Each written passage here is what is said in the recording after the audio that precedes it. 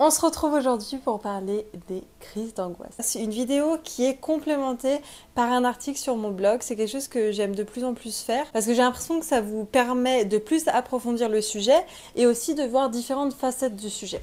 Typiquement, là, je vais faire une vidéo sur les crises d'angoisse où je vais vous proposer les solutions que j'ai trouvées moi-même, pas tirées des livres, pas tirées même de l'extérieur, vraiment des solutions que j'ai adaptées pour moi, que j'ai trouvées, que j'ai mis en pratique et qui m'ont aidé pour mes crises d'angoisse. Et après, sur le blog, dans l'article, je vais vous parler en fait de mon expérience avec les crises d'angoisse. Alors, il y a une erreur qui est vraiment répandue dans le milieu des crises d'angoisse et il y a un truc que je comprends pas et qui explique en fait pourquoi les gens n'arrivent pas à se sortir des crises d'angoisse.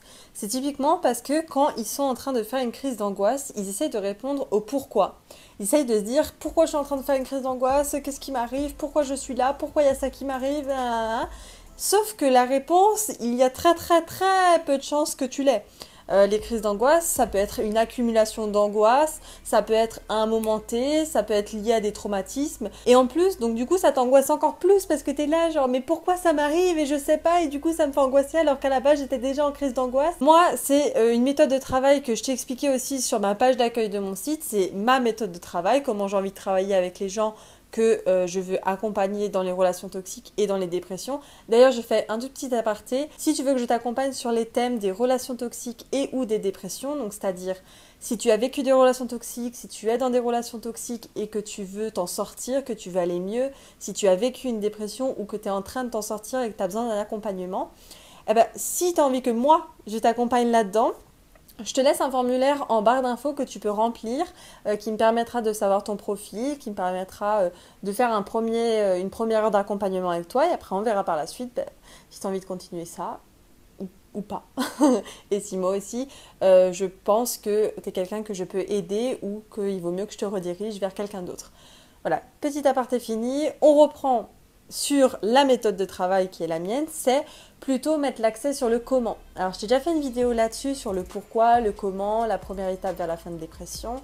Je te mettrai dans le petit i et je t'explique pourquoi dans les problèmes généraux, il est très important de travailler sur le comment et c'est quelque chose que souvent, je généralise pas, mais souvent, on ne fait pas avec les psychologues. On va beaucoup répondre au pourquoi. Maintenant, tu fais des crises d'angoisse, tu vas aller chez un psy, on va essayer de chercher l'origine, on va essayer de comprendre, nanana, pour essayer de te débloquer. Ce qui est très bien, hein, il faut le faire aussi. Hein.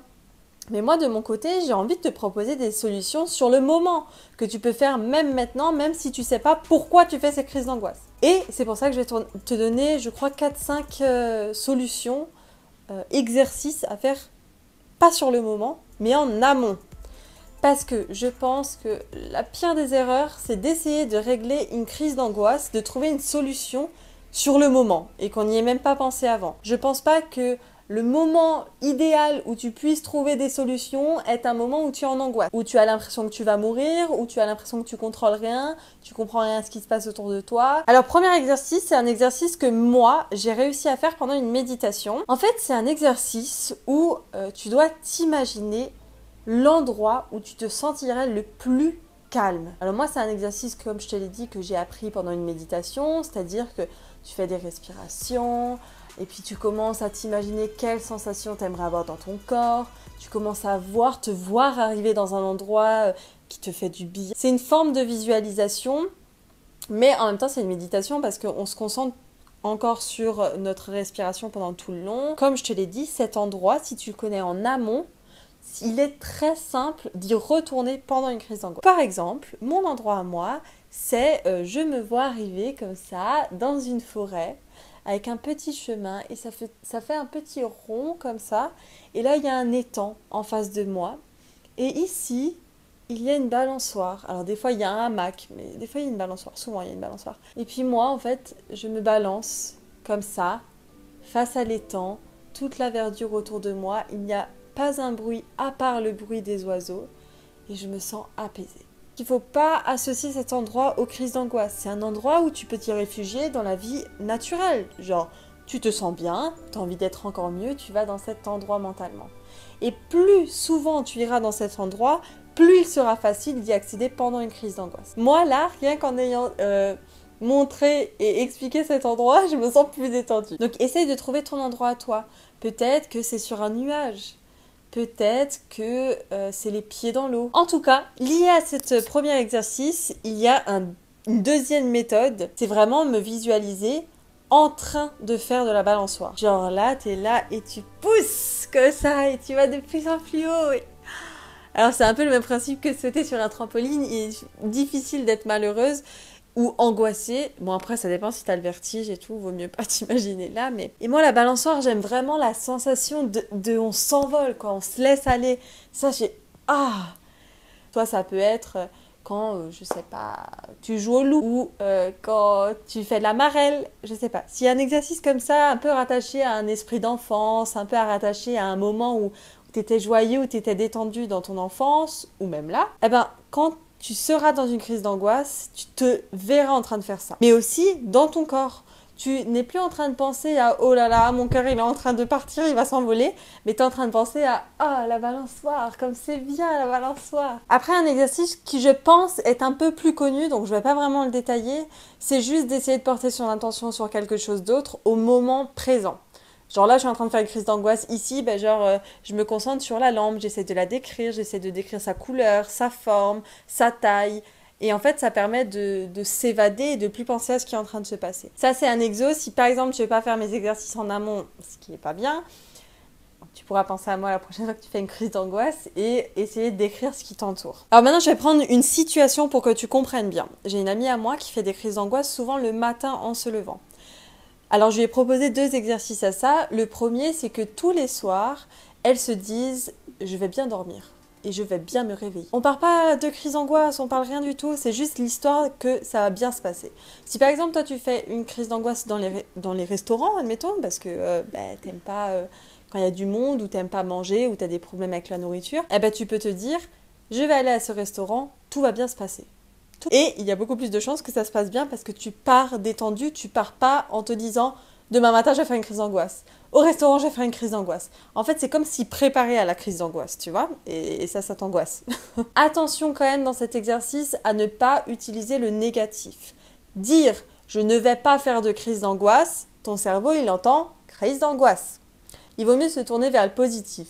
Tout va bien se passer. Une autre méthode que je lui ai donnée, c'est de se visualiser le lendemain matin en se réveillant et qu'il ne se passe rien, que tout va bien. Mais là, vraiment se visualiser. Si encore une fois, toi, c'est pour un restaurant, tu te visualises vraiment en train de manger, tout se passe bien, tu rigoles, tu te vois en train de rentrer chez toi et te dire « ah, cette soirée, elle est trop cool ». Ça, c'est aussi se préparer en fait au meilleur, au fait que tout se passe bien et donc il y a beaucoup plus de chances que ça se passe bien. A contrario, je pense qu'il est quand même bien, alors il faut un peu doser, de se préparer au pire, même si c'est pas trop ma philosophie de vie, mais ça peut aider beaucoup de personnes. Alors, se préparer au pire, c'est que le lendemain matin, tu te vois en train de faire une crise d'angoisse, mais tu te vois la finir en 30 secondes, genre. Tu te vois genre en train de... Et là, en fait, ça va. Tu te vois la surmonter, la crise d'angoisse, et facilement. Pas difficilement, facilement. Genre, la solution, elle est évidente. C'est trop simple. Et en fait, c'est un exercice qui, moi, m'a fait penser à quand j'ai passé mon permis de conduire. J'ai dû faire un stage à côté pour que tu payes l'assurance moins cher. Bref, c'est pas le sujet. Et c'est un stage où, en fait, on te met dans des simulations d'accidents. Et pourquoi on te met dans des simulations d'accidents? Parce que tout simplement, si le cerveau l'a déjà vécu une fois, il y a beaucoup plus de chances que quand il le revit, eh ben, il s'y attend à la situation et il sait mieux réagir à la situation parce qu'il l'a déjà connu. Donc, il n'a pas les réflexes d'un débutant. Ça va faire croire à ton cerveau que, en fait, oui, j'ai déjà une fois surmonté des crises d'angoisse et en plus, c'était simple. Alors, maintenant, ça va être simple. Tu vois ? Ton cerveau, il captait pas que c'était pas la vraie vie. En tout cas, c'est ce qu'on essaye de faire. C'est savoir, en fait, connaître la situation, connaître ton corps et lui apporter les solutions simplement, sans paniquer de pourquoi je suis là, qu'est-ce que je dois faire maintenant, parce qu'en fait, ces questions-là, tu les auras plus parce que tu auras déjà pensé avant. Est-ce que ce serait bien que maintenant je me mette dans cette situation ? La réponse, tu la connais. Oui, c'est bien. Et en fait, je vais rentrer tout de suite dans cette situation, je vais me mettre au calme et ça va aller. La dernière crise d'angoisse que j'ai faite, je l'ai vaincue en 5 minutes, vraiment pour ça. J'étais dedans et je me suis dit, ah, cet endroit calme, je l'aime vraiment bien cet endroit. Ah là là, mon petit étang. Et voilà. j'entendais les oiseaux, je pouvais que être heureuse, mais c'est vrai. On va me prendre pour une minuche, mais oui, vraiment.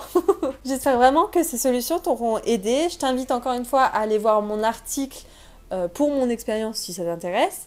Et en plus de ça, le petit formulaire si tu veux un suivi avec moi, relations toxiques et dépression seulement. J'aimerais vraiment, vraiment en commentaire que tu me dises tes solutions à toi. Je te laisse, à la prochaine, bye!